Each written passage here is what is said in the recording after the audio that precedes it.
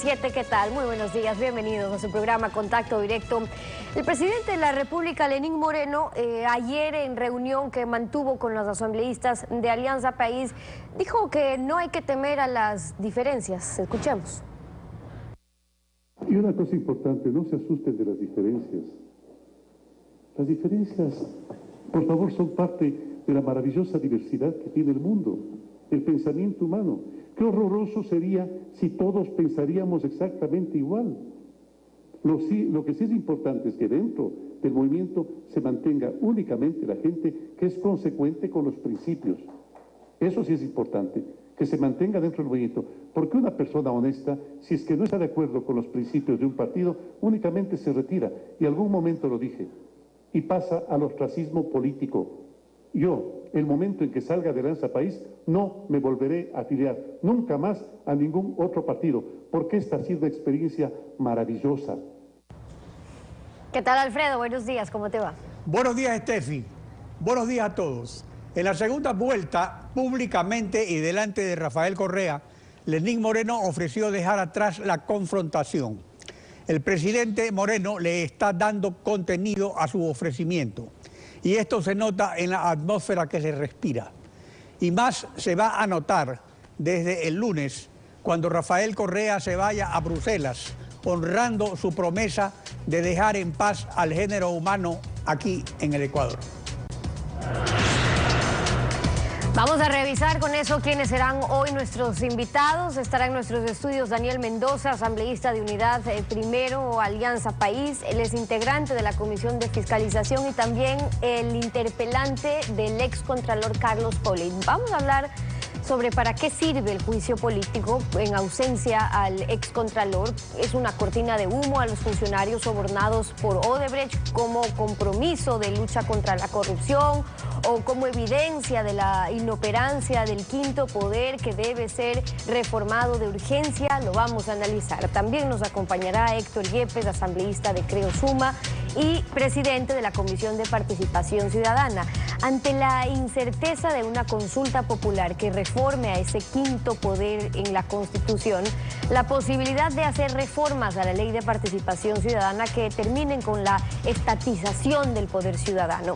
Y además, Cintia Viteri, ex candidata presidencial por el PSC, hablaremos sobre su propuesta presentada al presidente Moreno en la reunión que mantuvieron para erradicar el microtráfico de drogas que se esparce en la niñez y la juventud.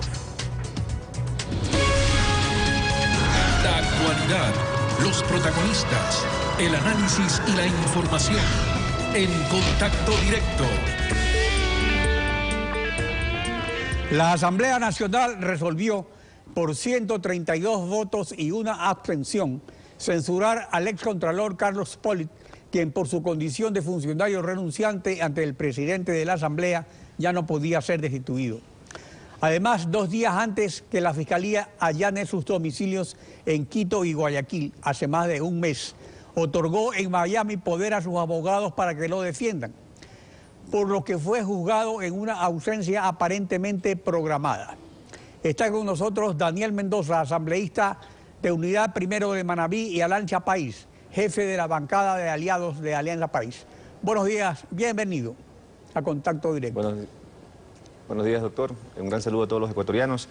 Efectivamente, la Asamblea Nacional resolvió censurar. Daniel, con estos antecedentes, políticamente, ¿no sirve esta censura como cortina de humo al hecho cierto de que la ciudadanía aún no conoce quiénes son los funcionarios de la Revolución Ciudadana sobornados por Odebrecht? En ningún momento, doctor Pinargote. Básicamente la Asamblea lo que está haciendo es cumplir su rol fiscalizador, su rol de control parlamentario, porque es nuestra competencia emitir estas sanciones políticas. El juicio político, usted como conocedor de la historia del Ecuador debe saber que en el pasado pues, se usaba por las razones equivocadas, como trampolín, se usaba como mecanismo de imposición de una bancada política versus otra bancada política, muchas veces simplemente para generar un espacio que luego era llenado por el mismo interpelante. En este momento, el objetivo de la Asamblea Nacional es enviar el mensaje correcto a la ciudadanía ecuatoriana de que esta lucha contra la corrupción no tiene tregua, es firme, es contundente, y por esa razón procedimos a llevar a buen puerto este juicio político. Usted entenderá que obviamente Carlos Pollitt había presentado su renuncia en días anteriores y la destitución, como usted bien lo aclara, pues ya no procedía. Pero de ninguna manera esto responde a una cortina de humo, como usted lo acaba de describir, sí, sino más bien con el mensaje claro a la ciudadanía. En la moción de censura, que la falta de probidad de Pollitt era la que había determinado que el excontralor sea pues censurado y que es hora de asumir el compromiso de luchar en contra de la corrupción. No Carlos Pollitt de fue propuesto por el ex Congreso Nacional hace 10 años con el apoyo de la partidocracia en pleno, porque Correcto. Alianza País no tenía diputados en ese Congreso. Fue escogido por el presidente Correa, eso sí, luego ratificado por la constituyente de Montecristi y posteriormente reelegido 2 veces por el Consejo de Participación Ciudadana. Ahora, esta recomendación de que es hora de asumir el compromiso de lucha contra la corrupción se la oye muy bien por parte de un asambleísta joven como usted, pero por otro lado uno mira el asunto y dice, ¿esto significa que después de 10 años recién Alianza País se dio cuenta que hay que hacer esta lucha? No es cierto, doctor. Yo le quiero decir, básicamente en este momento pues el Ecuador y la Asamblea Nacional contó con elementos adicionales después que se levantó el sigilo el pasado 1 de junio, en donde la Fiscalía pudo actuar de manera clara, con acciones concretas, en contra de algunos ciudadanos, entre esos un allanamiento al domicilio del excontralor Carlos Pollitt. Eso, por supuesto que a la Asamblea y al pueblo ecuatoriano generó suficiente estupor y motivación para poder llevar este juicio político adelante. Además, yo en mi interpelación no solamente hablé de la falta de probidad del excontralor de Carlos Pollitt, sino que presentamos las pruebas concretas del incumplimiento de su funciones, ¿sí? Artículo 31, numeral 9, explícitamente indica que se deben realizar los exámenes especiales a los patrimonios, muchas veces, mucho más, incluso cuando ya hay presunción de un delito, como en el caso de Alexei Mosquera y Carlos Villamarín. Por esa misma línea, nosotros hemos identificado una serie de comportamientos para nada profesionales que aparentemente implican un modus operandi que había dentro de la Contraloría General del Estado para tener esta aparente legalidad en su funcionario, en su máxima autoridad titular de la entidad. En esa línea, por eso la Asamblea Nacional procede a censurar como una sanción política, porque esa es nuestra competencia. Actuamos políticamente y evidentemente ya también el excontralor había renunciado, pero tampoco es que el excontralor se amaneció un día diciendo hoy ya no quiero ser contralor. También esa renuncia responde a una presión social y una iniciativa que por supuesto fue planteada desde la Asamblea Nacional casi que inmediatamente después de que en la madrugada del 2 de junio se dieran los allanamientos y las detenciones. Claro, en efecto, así es, porque justamente la actitud de la autoridad controladora es la que hace que la gente se sienta con derecho a actuar fuera de la legalidad. Pero además de la actuación del excontralor Pollitt, tenemos el antecedente de 10 años de inexistente lucha contra la corrupción. La inacción del Consejo de Participación Ciudadana que reemplazó a la Comisión Anticorrupción. Decisiones, por ejemplo, de la función legislativa, como eliminar el informe previo de Contraloría en la contratación pública. Eso fue hecho por la Asamblea Constituyente. Y el paquete de enmiendas constitucionales aprobado hace 2 años, que suprimió la facultad de auditoría de la Contraloría, la deja como un simple ente de contabilidad, como era al inicio. ¿Usted cree que deben revocarse estos factores coadyuvantes a la expansión de la corrupción en esta lucha que usted propone contra la corrupción?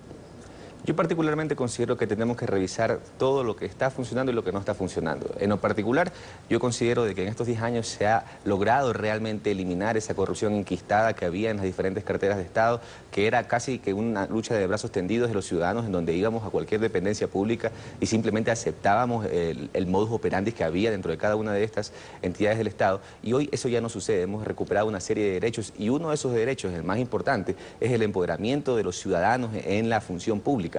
Hoy tenemos un Consejo de Participación Ciudadana que es parte de una función de transparencia que no existía en la Constitución anterior y que hoy es un mecanismo mucho más eficiente para poder designar autoridades de control. No significa que sea perfecto, en eso yo quiero ser muy enfático y lo he dicho en diferentes intervenciones en medios de comunicación. Yo no considero que el mecanismo de designación del Contralor o de las autoridades, en este caso de control, sea perfecto, tiene que ser fortalecido, tiene que agregarse más filtros ahora que hemos identificado una serie de alertas, como por ejemplo el tema de las inasistencias asistencias del Contralor al despacho, que lo demostramos claramente, que básicamente estuvo trabajando solamente un 34% del tiempo desde el 26 de diciembre del 2016 hasta el 29 de junio de este año. Por lo tanto, hay una serie de indicaciones adicionales, de alertas adicionales, de filtros adicionales que se pueden agregar al proceso de designación, pero bajo ningún concepto regresar a lo que era el mecanismo de designación del pasado. En efecto, hay pronunciamientos en el Poli sentido de que se debe buscar nuevos mecanismos del pasado para la selección de las autoridades de control,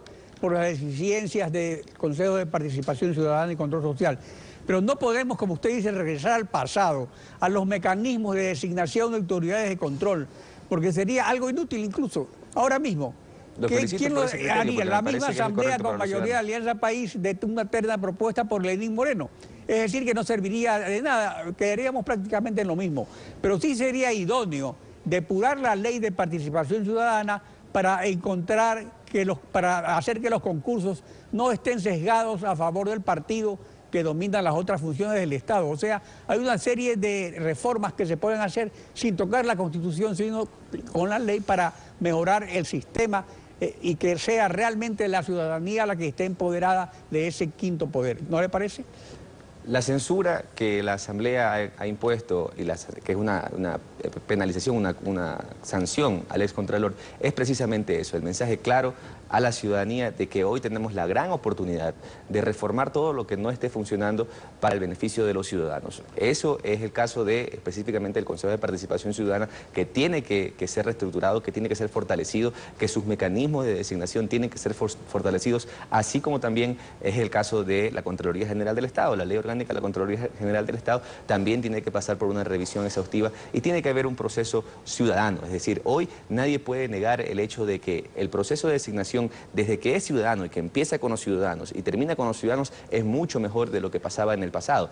Pero indudablemente se han identificado una serie de alertas que hoy tienen que ser corregidas y hoy ese proceso tiene que ser mejorado. Pero yo sí quiero hacer un gran llamado a todos los ecuatorianos que hoy exijamos más respeto de quienes utilizan las cámaras, de quienes utilizan los micrófonos para precisamente hacer este tipo de mal uso de la fiscalización como herramienta de trampolín o plataforma política. Yo he visto en recientes declaraciones de otros asambleístas que justamente irrespetan por completo el debido proceso, presentando documentación totalmente falsa, recortada, adulterada, hablando de temas que cuando los investigas solamente toma un poquito de tiempo leer un poco más, investigar un poco más y se van a dar cuenta de que están irrespetando, están violentando derechos constitucionales de muchos ciudadanos. Por lo tanto, un llamado por eso a existe todos los precisamente un órgano colegiado como la Asamblea, donde no solo está uno o dos o tres asambleístas, sino más de 130 asambleístas, para que evalúen y juzguen correctamente qué es lo que existe de por medio para tomar decisiones importantes en beneficio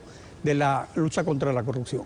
Daniel Mendoza, ese es el llamado a País, todos los ecuatorianos y también a todos los medios de comunicación. Doctor, yo le quiero únicamente cerrar diciéndole, hoy es el momento de que todos los ecuatorianos nos unamos en esta cruzada contra la corrupción y que le exijamos a todos los actores políticos que hablen con la verdad. Hace días pasó el hecho de que hablaban de un informe de la Contraloría en el caso de Manabí, y en eso quiero ser muy enfático. Yo soy un asambleísta de la provincia de Manabí y sí duele y sí molesta que haya otros asambleístas que utilicen el nombre de mi provincia, hablar del dolor tan grande que pasamos después del 16 de abril, para hablar de justamente este mal uso de la fiscalización. Yo le quiero decir, hace días hubo una declaración de un asambleísta de oposición que hablaba de una alfombra de $50.000. Doctor, yo le quiero mostrar, esta es la alfombra, ¿usted considera que esta es la alfombra de $50.000? Un rodapié que sirvió para que el COE se instalara y pudiera trabajar en Manabí, en Pedernales, donde el asambleísta, en ese entonces ministro, el presidente de la Asamblea Nacional, doctor José Serrano Salgado, pasó más de 90 días, día y noche. Eso no se puede hacer, no se puede jugar con el dolor de los ecuatorianos, en este caso de los manavitas y esmeraldeños que pasamos tanto después del 16 de abril, y que se diga que esto costó $50.000, costó $800 y lo hemos demostrado en el Pleno. Es decir, yo quisiera hacerle un planteamiento a todos los ecuatorianos, que hagamos una especie de permuta y que mandemos la asamblea, la alfombra roja de la Asamblea, la mandemos a Manabí y que traigamos este rodapié para que los asambleístas de oposición que están ahorita utilizando las cámaras y los micrófonos como plataforma o como mal uso de la fiscalización, vean lo que fue el trabajo del gobierno nacional en el terremoto. Entonces yo sí les quiero pedir un poquito más de respeto. Bueno, eso lo sabe muy bien el país porque diariamente la SEDECON informa sobre eso. Daniel Mendoza, gracias por su participación en Contacto. Gracias, doctor. Un gran saludo a todos los ecuatorianos.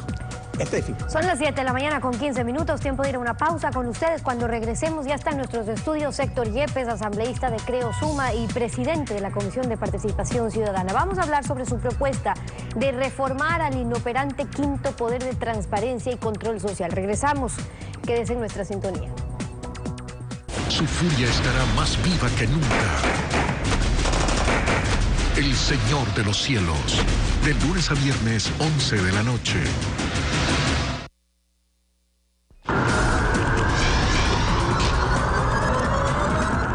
Héctor Yepes, asambleísta de Creo Suma por Guayas y presidente de la Comisión de Participación Ciudadana. Bienvenido a Contacto Directo. Muy buenos días, gracias por la invitación. Un saludo a todos los ecuatorianos. Buenos días. Su comisión, la de Participación Ciudadana, es la que tratará el Código de Sistema de Participación Ciudadana y Control Social. Y allí se establecen los mecanismos para poder escoger a los vocales del Consejo de Participación. Usted propone una reforma puntual allí. ¿Qué requisitos debe cumplir quien vaya a integrar ese Consejo de Participación, que es un poco el dilema en el que nos hemos enfrascado en los últimos meses en este debate sobre cómo se garantiza la independencia de ese consejo?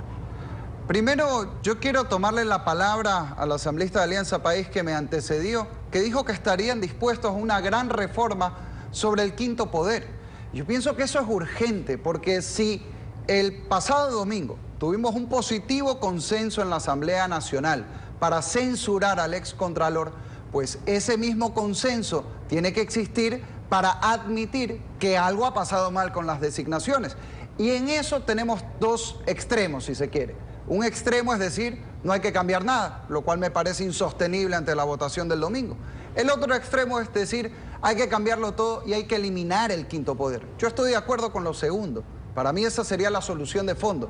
Pero eso implicaría reforma constitucional, reforma a la estructura del Estado, consulta popular, un año de candado. Y ese camino pienso que hay que intentarlo, hay que seguirlo. Pero hasta eso ya se eligió al nuevo Contralor, se renovó el Consejo Nacional Electoral, se renovaron superintendencias con el mismo sistema actual, lo cual es indefendible ante el pueblo ecuatoriano. Por tanto, vamos a un punto medio, que es lo que planteamos en esta Comisión del Pueblo, la Comisión de Participación Ciudadana de la Asamblea Nacional. Vamos a una reforma con el nuevo código. ¿Qué tiene que incluir esta reforma? ¿Qué requisitos específicos para quienes vayan a integrar ese quinto poder? Yo planteo que las autoridades del quinto poder no puedan haber estado en el gobierno o en ningún partido político por los últimos 10 años. Eso aplicaría vocales del Consejo de Participación Ciudadana, las comisiones ciudadanas de selección y las autoridades que elige el Consejo: fiscal, defensor del pueblo, contralor, procurador, superintendentes, Consejo de la Judicatura, autoridades electorales. Y permítanme un ejemplo futbolístico en este tema.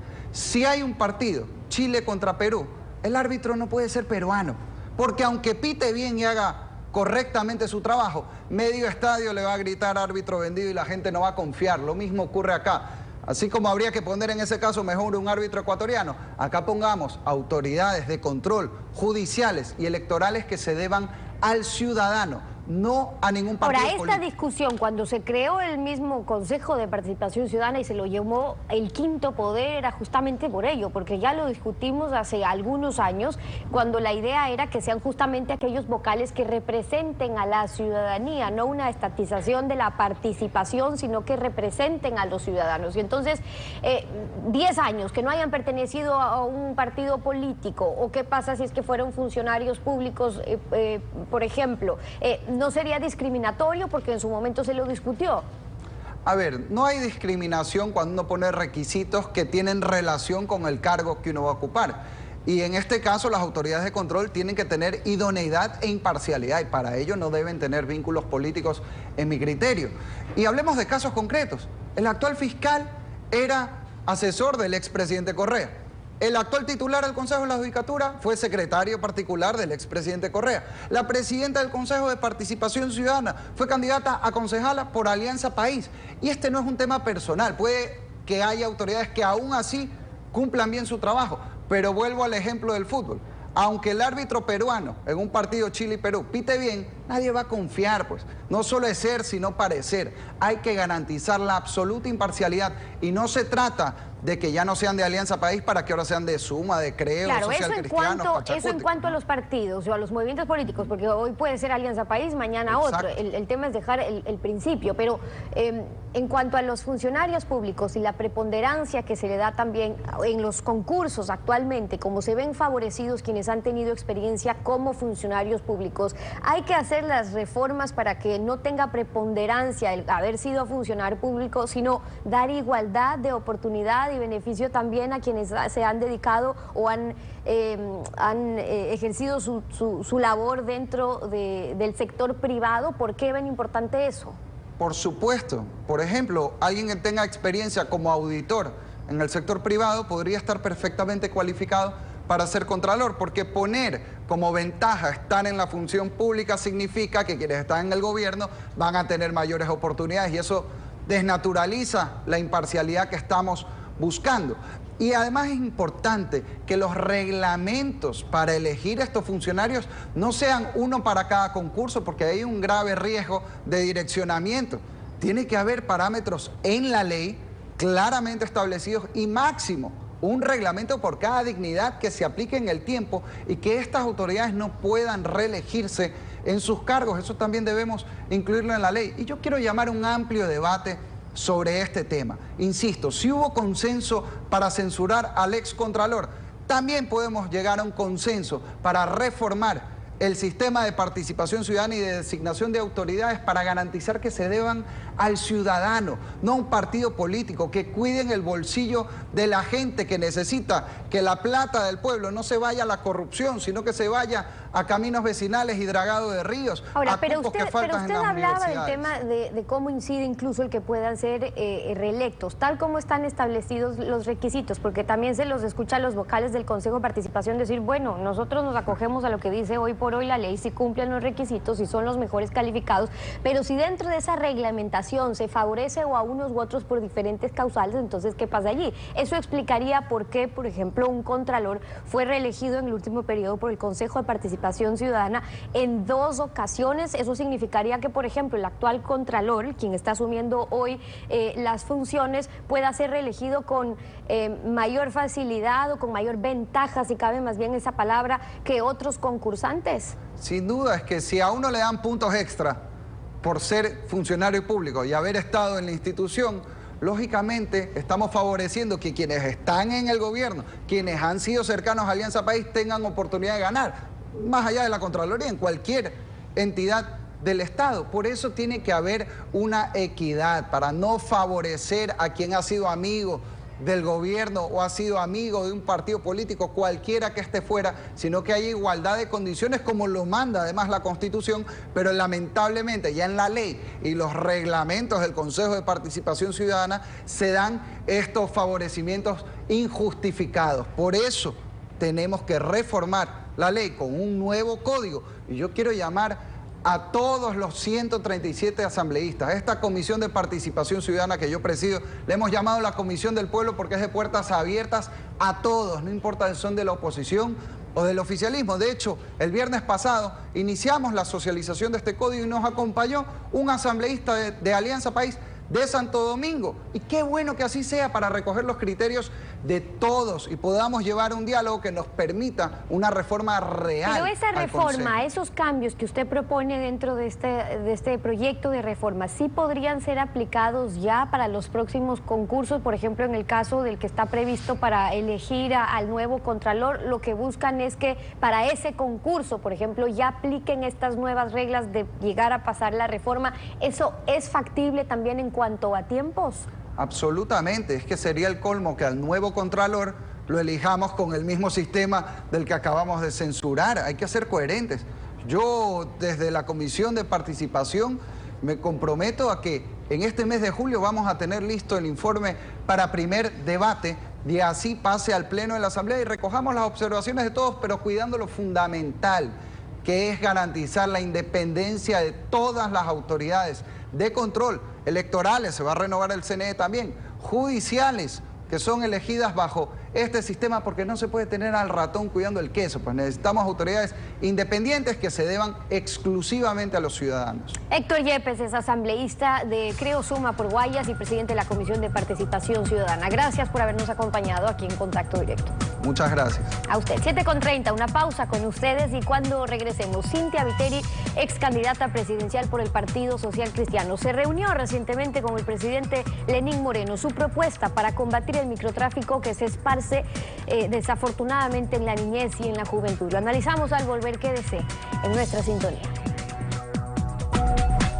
La despenalización del consumo de drogas ilícitas para entretenimiento es una conquista de la última generación de derechos humanos.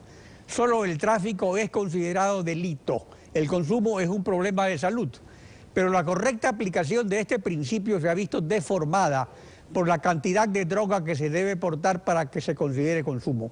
En julio de 2014, para que no quede a la discrecionalidad de los jueces, la Revolución Ciudadana fijó una tabla para sancionar el tráfico ilícito mínimo, el mediano y el alto. Tan equivocada estuvo la tabla que estalló el microtráfico y se la redujo en septiembre de 2015, porque se convirtió en escudo protector de traficantes. Está con nosotros Cynthia Viteri, como candidata presidencial, ofreció una lucha radical contra el microtráfico y el presidente Lenín Moreno la ha invitado a aportar con sus ideas para erradicarlo. Buenos días, bienvenida a Contacto Directo. Buenos días, Alfredo, gracias por la invitación. Un abrazo a todos los que nos están escuchando. La invitación del presidente a usted ha sido criticada por algunas asambleístas de Alianza País, a fin de que sus ideas no sirvan solamente de decoración al diálogo convocado por el presidente Lenín Moreno. ¿Qué elementos tiene de su propuesta?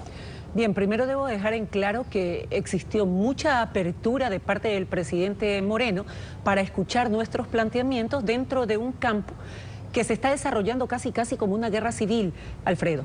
Van cayendo inocentes paso a paso y estadísticas reales no existen. Y los inocentes ya son desde los 6 años en adelante. Y los centros de rehabilitación tampoco existen, pese a que esto es un problema de salud pública, dicho por la misma Constitución.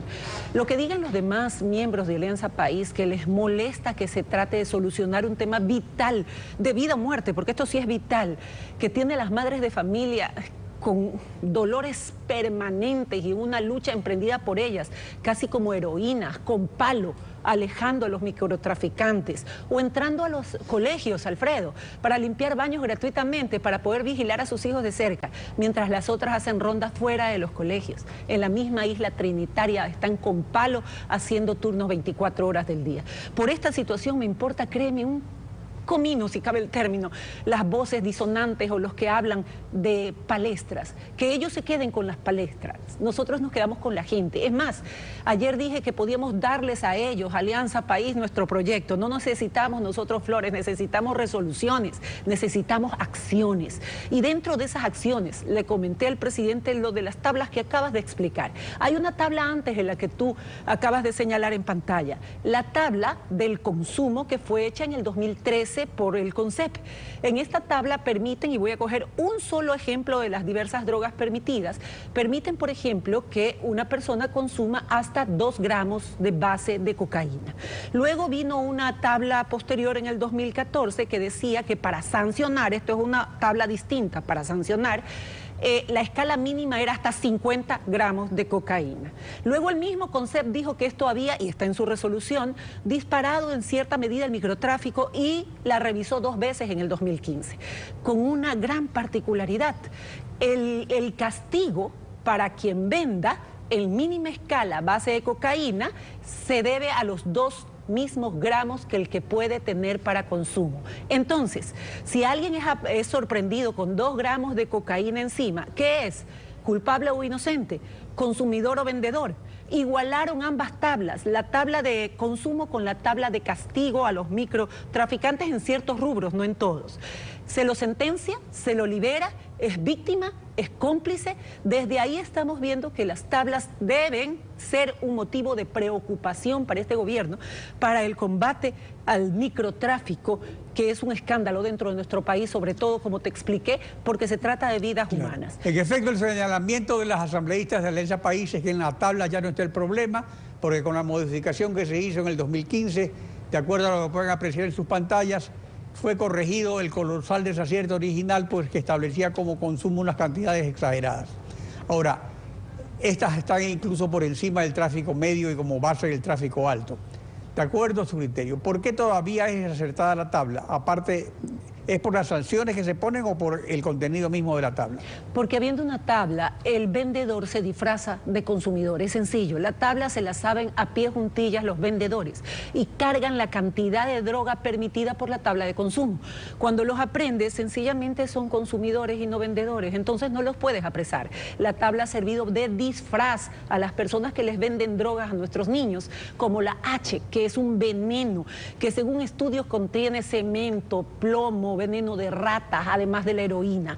Y nuestro sector, sobre todo el más vulnerable, es la gente pobre, los jóvenes que no ven un futuro, porque no pueden ingresar a la universidad o porque no hay trabajo, evaden la realidad con esta droga. Sí, porque además hay un problema fundamental, que el microtráfico es alentado por los grandes traficantes precisamente para distraer a la fuerza pública del control del gran tráfico y crear este problema social. Ahora, el asambleísta del PSC, Vicente Tayano, ha presentado ya un proyecto de ley al presidente de la Asamblea, es un proyecto de ley orgánica reformatoria del Código Integral Penal para evitar y prevenir el consumo de drogas ilícitas.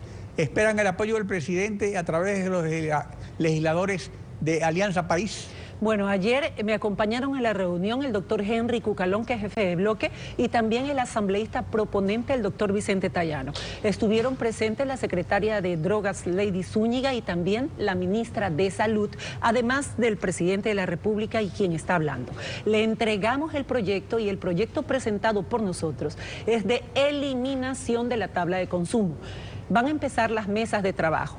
Les dijimos en esa reunión que esto no es un tema político. Aquí no se trata de pelear por quién tiene los méritos para poder ayudar a la gente. Aquí se trata de ayudar a la gente. Si ellos quieren el proyecto y auspiciarlo, ellos se los regalamos. Se necesitan los votos de Alianza País para poder cambiar la situación que están viviendo nuestros jóvenes consumidores. Y por otro lado, Alfredo, también en la rehabilitación, y eso fue parte de lo que conversé, claro, no hay el problema de salud pública, que es la otra parte. ¿Qué propone el proyecto de ley sobre eso? Que existan centros de rehabilitación pagados por el Estado, ya que es un problema de salud pública, con médicos, psicólogos, psiquiatras, especialistas en la materia, gratuitos, para poder recuperar a la persona que consume, pero también a su familia que necesita ser recuperada, y que le enseñe a las madres cómo detectar los primeros síntomas para poder ayudar a su hijo si está consumiendo drogas en ese momento. El problema aquí venía el dinero. Les planteé algo dentro del grupo al que nos reunimos ayer y sobre todo el presidente Lenín Moreno. Venda los bienes incautados al narcotráfico. De ahí saldrá el dinero para poner alrededor en todo el país los centros de rehabilitación necesarios. Pero todo esto parte de una cosa, Alfredo. ¿Cuántas personas consumen droga en el país? Se requiere de un censo. ¿Cuántos son? ¿Dónde están? ¿Quiénes son? Para luego de eso emprender la campaña de rehabilitación, los centros de rehabilitación. Y aquí no es que... Claro, pues se lo identifica, pero no son delincuentes, son personas enfermas. Es decir, que no se trata de perseguir a nadie. Es como que si alguien bebiera alcohol y fuera alcohólico y lo quisieran meter preso, pues. Eso es inaudito. Esto es, y fue antes de la Constitución del 2008, un problema de salud pública. Es un problema de salud pública. Nuestros jóvenes deben ser rescatados, no apresados. Los niños en los colegios no deben ver perros policías oliendo sus mochilas. Y el plan de mochilas transparentes tampoco ha dado resultado. Ahora, eso también es otra cosa. Una ley se puede mejorar, pero no vale de nada si no se la aplica correctamente o si las medidas del gobierno no son las adecuadas. El consumo entre los jóvenes es tan generalizado que se lo observa en sitios específicos de la vía pública, del transporte público, mientras la policía se concentra en los establecimientos educativos. O sea, eso también debe cambiar. Las madres de familia no dejan ir en este momento a los parques a sus hijos. Alfredo, se han convertido en zona roja. Los parques, los barrios, las escuelas, los colegios. Los chicos inhalan inclusive dentro de las plumas que llevan para hacer sus deberes. Y lamentablemente, como están bajo los efectos de las drogas, amenazan a sus profesores si estos llegaran a denunciarlos. Les dicen que lo esperen afuera. ¿Es culpable el niño? No, no es culpable. ¿Es culpable el joven? No, no es culpable. Es alguien que desesperadamente requiere ayuda. Y yo voy a continuar junto con el bloque social cristiano, que ha presentado además otros proyectos que eran parte de nuestra propuesta, que no era electoral, sino personal, porque yo no gané una elección. Sin embargo, voy a seguir detrás de los proyectos que ofrecimos a la gente en campaña. Bien, es verdad, no gané yo la elección, pero la gente se ganó mi corazón. Y por eso voy a continuar no solamente en el tema que hablamos en este momento, que es la eliminación de la tabla de consumo de drogas, que ayer quedó clarísimo en el grupo que esto no va y no debe ser un tema político, sino que también le expresé al presidente la necesidad de que los jueces de familia se encarguen absolutamente de todos los temas de violencia intrafamiliar. No el juez penal común, que en medio de casos de droga, de casos de robo, de secuestro, de corrupción, tiene que ver una denuncia de una mujer a la que la agreden permanentemente, tanto física como verbalmente. Bueno, ojalá que estas ideas se lleven a la práctica, porque lo importante, como tú dices, no son solo las candidaturas, los partidos políticos, sino las ideas. Y las buenas ideas no tienen dueño. Así es. Gracias por acompañarnos en Contacto. Un abrazo a ti y a quienes nos escucharon. Gracias, Alfredo. Estefi. Concluimos así esta emisión de Contacto Directo y, como siempre, agradeciéndoles a ustedes por su confianza y sintonía. Nos volvemos a encontrar mañana y contigo, Alfredo, será hasta el lunes. Conmigo hasta el próximo lunes. Nos vemos.